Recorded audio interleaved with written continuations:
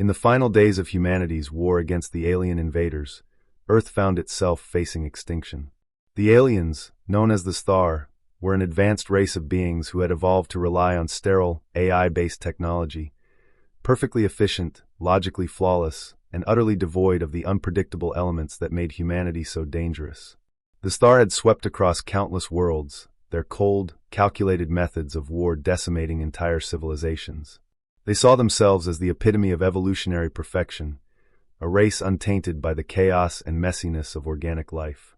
When they arrived at Earth, they expected it to be another quick conquest, a planet of primitive, divided humans ripe for the taking. But they had underestimated humanity's resilience. Humans were not as easily defeated as the Star had assumed. For every setback, the human race fought back with a tenacity that seemed to defy logic.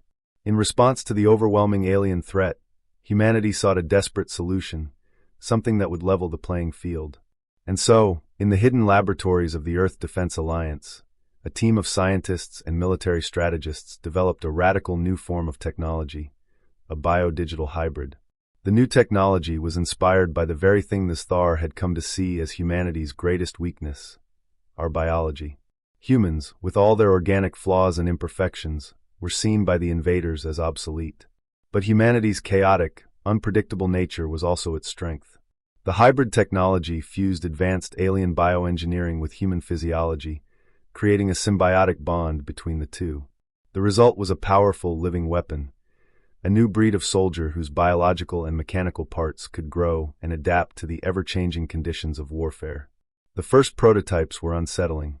Soldiers who had volunteered for the program were bonded with the alien-inspired tech, merging their nervous systems with bioorganic interfaces. The soldiers' bodies began to transform, their flesh and bone blending seamlessly with living circuitry, their muscles enhanced with cybernetic fibers, their organs replaced by mechanical counterparts. Over time, the implants grew stronger, more integrated with the human body, adapting to the wearer's unique physiology.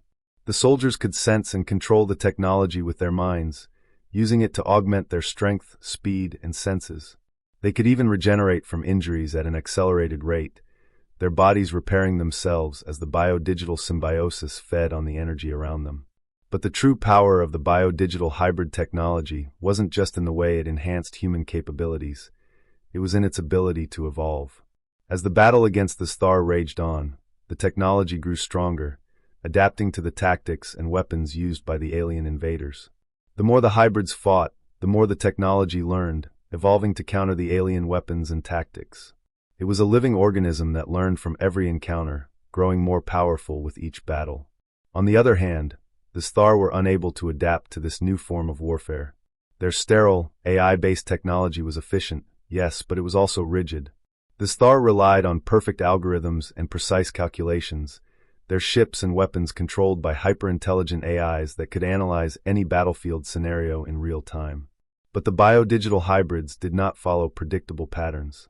They were chaotic, unpredictable, and utterly alien to the Star. When the hybrids fought, they didn't follow the established rules of combat.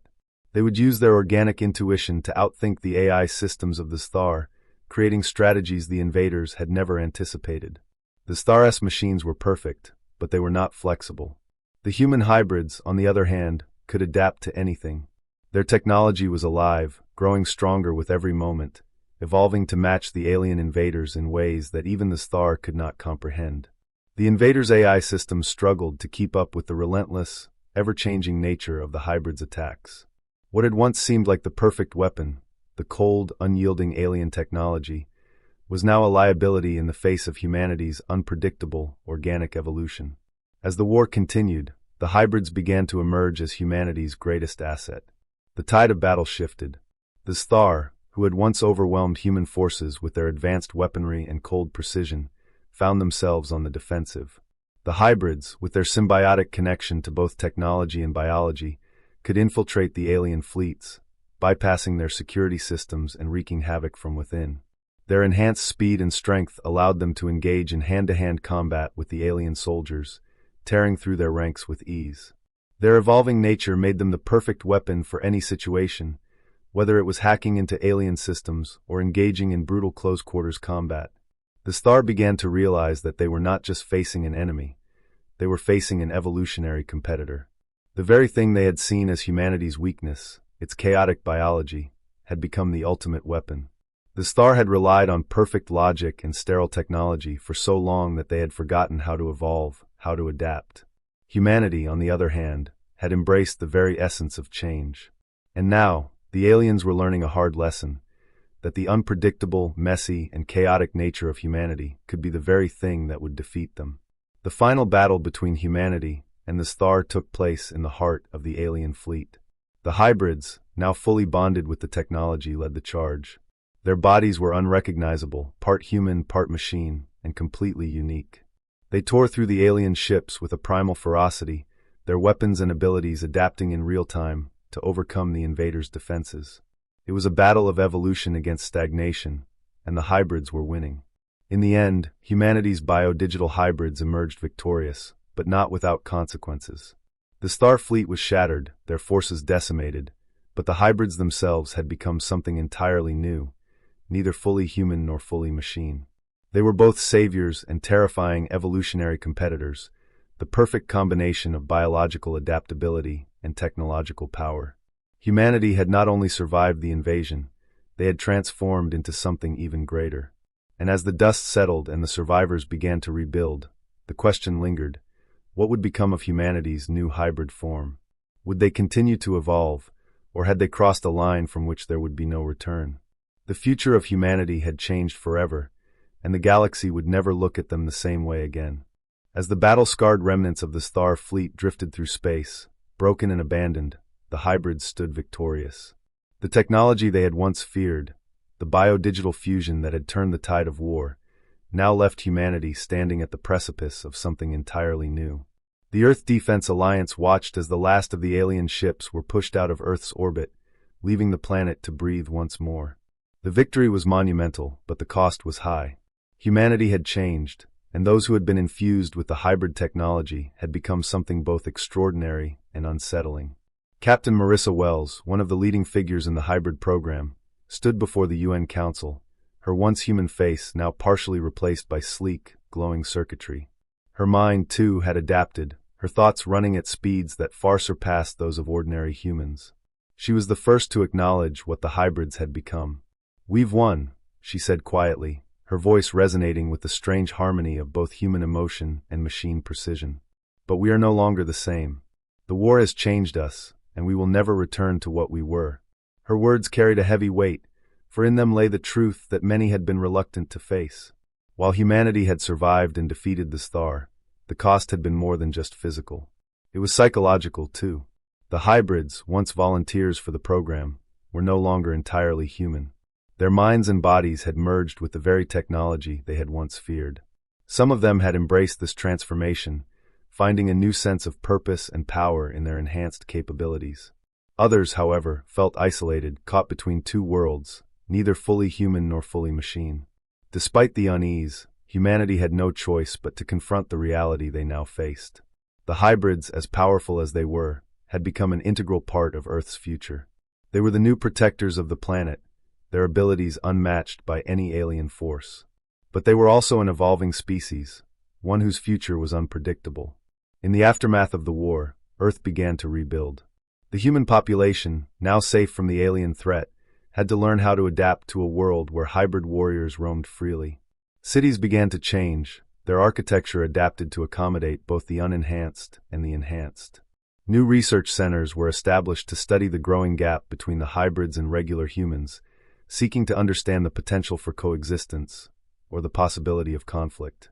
The hybrids, meanwhile, became a symbol of humanity's strength. But they also became a reminder of the dangers of unchecked power. The technology that had saved Earth had also created a new race, one that was now both savior and potential threat. As humanity adjusted to this new world, old questions resurfaced.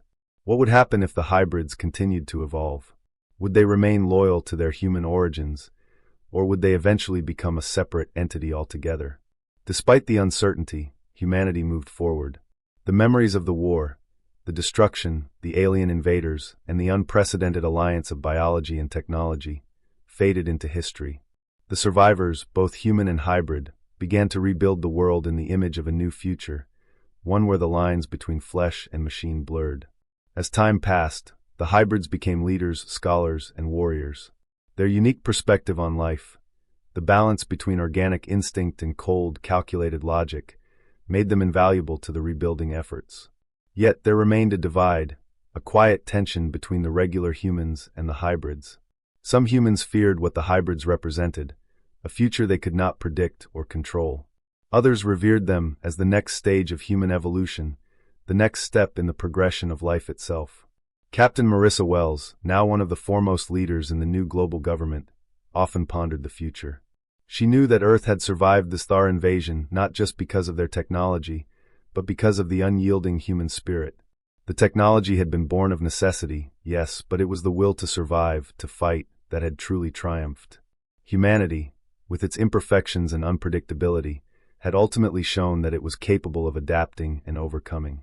As Marissa stood on the balcony of the new Earth capital, overlooking a city that had once been a war zone, but was now a beacon of hope, she knew that the galaxy would remember this moment. The star had come, confident in their superiority, and they had been defeated. The hybrids, humanity's unexpected victory, had proven that no matter how technologically advanced a species might be, there was always room for growth, change, and evolution. The future of Earth was now in the hands of a new generation, one that would have to navigate the complexities of their own existence, balancing humanity's inherent chaos with the immense power of the biodigital symbiosis that had saved them. The hybrid soldiers who had once been mere weapons now stood as the bridge between two worlds, between flesh and machine, between the past and the future. And in the distance, as the stars twinkled in the vastness of space, the galaxy itself watched closely. The balance of power had shifted.